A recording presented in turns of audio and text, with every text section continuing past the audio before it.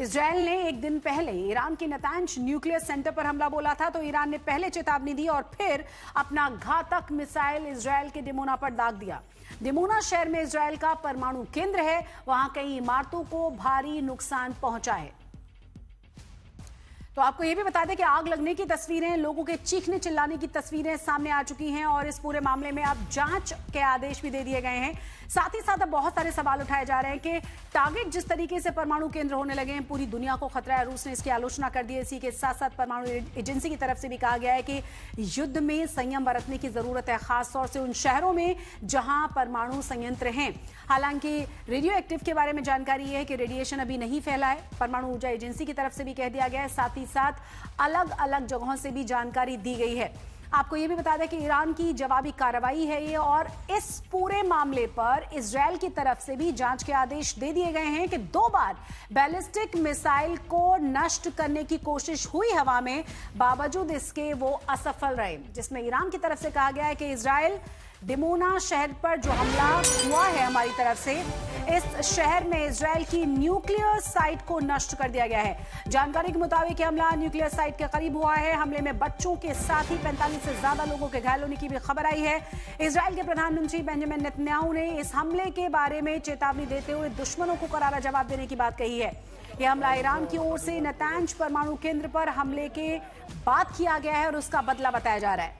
इस हमले का वीडियो भी सामने आ चुका है। रिपोर्ट्स कह रही हैं कि मिसाइल से हमले में एक इमारत पूरी तबाह हो गई। उसके बाद सुरक्षा टीमें, रेस्क्यू टीम्स तुरंत मौके पर रवाना हुई, लोगों को रेस्क्यू किया गया।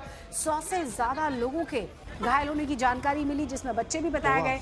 डिमोना और आसपास के इलाकों में बार बार सायरन्स बज रहे हैं, डर का माहौल है लोगों के भीतर। इजरायल ने आरोप यह लगाया कि ईरान ने जानबूझकर नागरिकों को निशाना बनाया, रिहायशी इमारतों को नुकसान पहुंचाया है। तो डिमोना हमले के बाद ईरान ने दावा यह किया है कि इजरायली आसमान असुरक्षित है, जिसका दावा हमेशा करता रहा है इजरायल कि वो पूरी तरह से सुरक्षित है। ईरान की IRGC एरोस्पेस फोर्स के प्रमुख हैं मेजर जनरल सैयद माजिद। उन्होंने कहा है कि शनिवार को कि ईरान अब आसमान पर अपना वर्चस्व स्थापित कर चुका है। साथ ही साथ आपको यह भी बता दें कि उनकी तरफ से कहा गया है कि हमलों की आगामी लहरें अमेरिका और इजरायल को हैरान कर देने वाली हैं। बस इंतजार करिए। जिस तरीके से बैलिस्टिक मिसाइलें दागी गई हैं, जिस तरीके से परमाणु संयंत्रों के पास निशाना साधा गया है, उसके बाद ईरान की तरफ से साफ कर दिया गया है कि पूरी तरह से जिस सेफ एरोस्पेस की बात की जाती थी वो बिल्कुल ऐसा नहीं है। ज्यादा जानकारी के साथ हमारे संवाददाता आशुतोष जुड़ गए हैं। आशुतोष, और क्या जानकारी है? और जिस तरीके से 100 से ज्यादा लोगों के घायल होने की खबर है, कहा जा रहा है कि इससे पता चलता है कि ईरान की क्षमता कितनी ज्यादा है।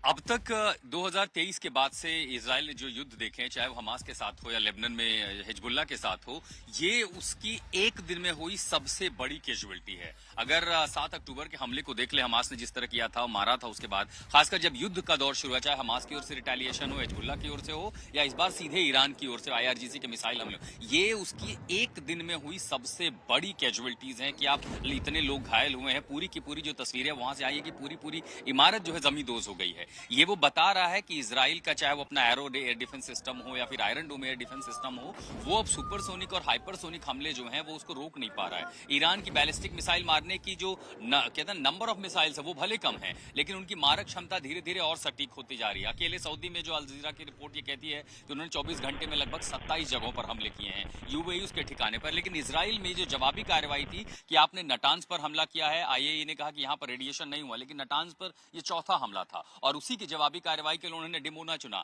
दक्षिण इजराइल में डिमोना असद के पास का इलाका, दरअसल न्यूक्लियर रिसर्च फैसिलिटी के शशि बेहद करीब है वो असद, जहां पर ये इमारत आप देख रही हैं। लेकिन ये इंपैक्ट इतना ज्यादा था कि अगर मिसाइल अपनी दिशा में 20 से 25 मीटर की दूरी रेडियस अगर बदलती तो हादसा बहुत बड़ा हो सकता था, परिणाम बेहद गंभीर हो सकते थे। तो ये चेतावनी ईरान की ओर से है, आपने हमारे यहाँ नागरिकों को मारा है, उसका परिणाम आप भुगतेंगे। आपने न्यूक्लियर फैसिलिटी पर हमला किया है, तो ईरान ये चेतावनी दे रहा है कि हमारी फायर कैपेबिलिटी है कि हम प्रिसाइज स्ट्राइक आपके न्यूक्लियर ठिकानों पर कर सकते हैं। यानी एक खाड़ी का युद्ध धीरे धीरे अपना दायरा बढ़ा रहा है और उस दायरे में खतरा बड़ा है।